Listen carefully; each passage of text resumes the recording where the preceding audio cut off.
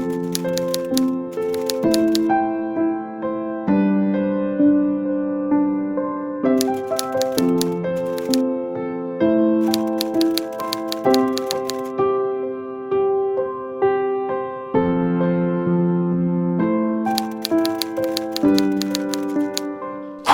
things I hate about the Nikon. Hey guys, I'm actually really friendly. Today we're going all hateful because I actually love this camera, and I was about to make all these love fest videos, and I said, you know what, let me make the first one be all the things that I would love to. They're not really hates. They're things that you have to be made aware of if you're thinking about this camera. These are things that I would just love to see maybe in the next version, or maybe improvements that can be made via firmware. So let's go. Now this beautiful Nikon Z6 II is actually a loaner from our friends at B&H Photo. Thank you B&H Photo for supporting the channel. After shooting with the camera and using it for the last 2 weeks on events, portrait sessions, and just shooting around food, anything that I could find, I'm just in love with the image quality and the usability of the camera, the build quality of it. So it's a keeper. Okay, now let's talk about what we hate. Hate number one. I can't read. Okay, my first fake hate, is I wish the Nikon Z6 II was a little bit more customizable. Now don't get me wrong, there are function buttons on the front. You can decide what to do with those buttons, but there are a lot of buttons on the back, and you can't make them do anything you want. And I'll give you 2 examples where it's helpful, where you can customize any button you want. So one of the annoyances of mirrorless cameras sometimes is that the play button is on the left. So when you reach over to play, your screen turns off because, you know, it has the little sensor there. So you reach, hold on, I have to unlock this lens.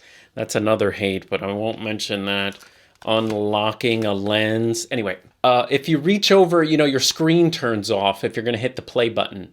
So for single-handed control, it's always nice to make one of your buttons the play button. So for example, this little exposure compensation button, I know I say button weird because we live in New Jersey. Button. So this button right here, it would be great if you can customize that to be your play button so that everything is right-handed control, okay? If you want to review your photo. Another nice thing that would be customizable is this display back button. If you have longer fingers like I do, your finger normally rests closer to that display back button. So it would be neat to make that, and the button is big and you could find it really easily. So it'd be cool if we made that a back button focus.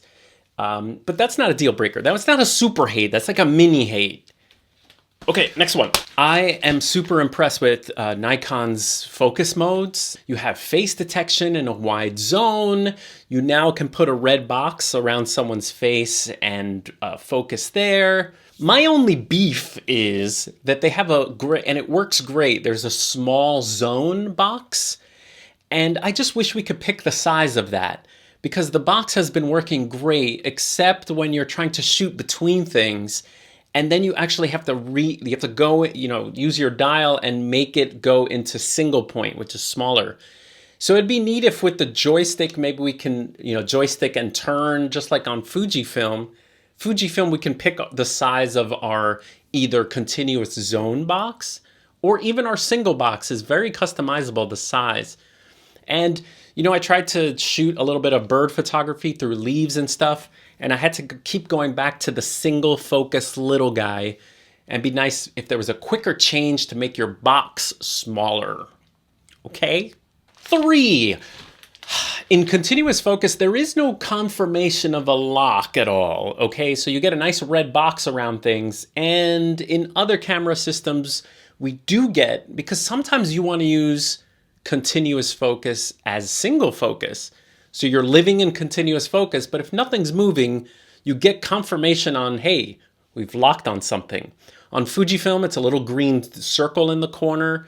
And even Nikon in manual focus mode, it will confirm when it's locked into manual focus. And I could see that the flashing might be kind of distracting if you're doing sports, or if, you know, if the thing is always changing red and green and it confuses you.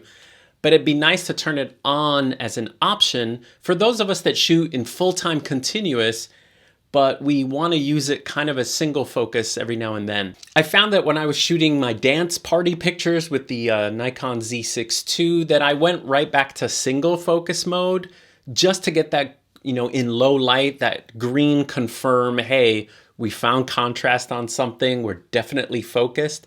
I was a little nervous with continuous and low light because I couldn't really see if it had locked on. I didn't get any confirmation. So I was living in single focus mode, and I hate that. This is a big... Number 4, I'm sure this is fixable by firmware or future cameras, is I call it the focus recompose mode. You can touch anything on your screen and it will track it. It will follow it. I just want to see it a little better. Right now, sometimes the box goes to crazy town and it goes insane and starts to look for things. So it does lock on, but crazy town. Okay, number 5 is this guy here. Ready? You're going to change your lens on the beach. This one can't come via firmware, but it'd be nice to see in the future more mirrorless camera companies having something to close the shutter, because there's already dust all over the beautiful shutter. And the last one can be fixed via firmware, and I hope Nikon, you're listening. Image review delay. Now, what's great about mirrorless cameras is you don't really need image review because what you see is what you get. You already see your exposure. But there's 2 times when you need to check your photo. If you're doing slower shutter speeds, like if you're photographing a waterfall, you want to be able to see how smooth the water looks. And the other time is when you're shooting flash. Once you fire your flash, you sometimes need to see what the flash did, how much light is reaching your subject, especially in uncontrollable situations like an event or a reception where people are dancing, DJ lights going crazy. If you're shooting in a studio, this is not such a big issue, but there is about a 1.5 to 2 second delay before you see your image preview. Hold on, let me show you. So you take a picture, 1000 to 1000, and then it shows up. Now the other issue is the image review stays up for 2 seconds. So you're waiting for about a 1.5 seconds, and then the image review is up for 2 seconds. You don't need all that time. Now, the Fujifilm cameras have a super fast review, and they also give you the option to only have the review up for half a second. This is amazing if you're shooting flash because you could just see what the flash exposure did. You can adjust your flash on the fly. And so for those of us that live in full manual, that is invaluable. Did that just rhyme? Manual, invaluable. Now, luckily, Nikon has a cool option where you can use the camera like a DSLR. You can look in your viewfinder, take a picture. You won't get any image review. It only shows up on the screen if you pull the camera back. I think that's an amazing option. It just needs to be faster so you can play back your, to see what your flash is doing. I did try to speed up the camera a bunch of different ways. I shot JPEG only. I tested that. I also turned off image review on the back. I tested that. I shot only to the CF card. I tried that. And there's always a little bit of a delay. So it'd be great, Nikon, if we could speed that up a little bit so there's less hate around here. I actually love this camera, and I can't wait to make my videos about all the features I love about the Nikon Z6 II, but we got the hate out of the way so we can move on. All right, I'll see you guys next time.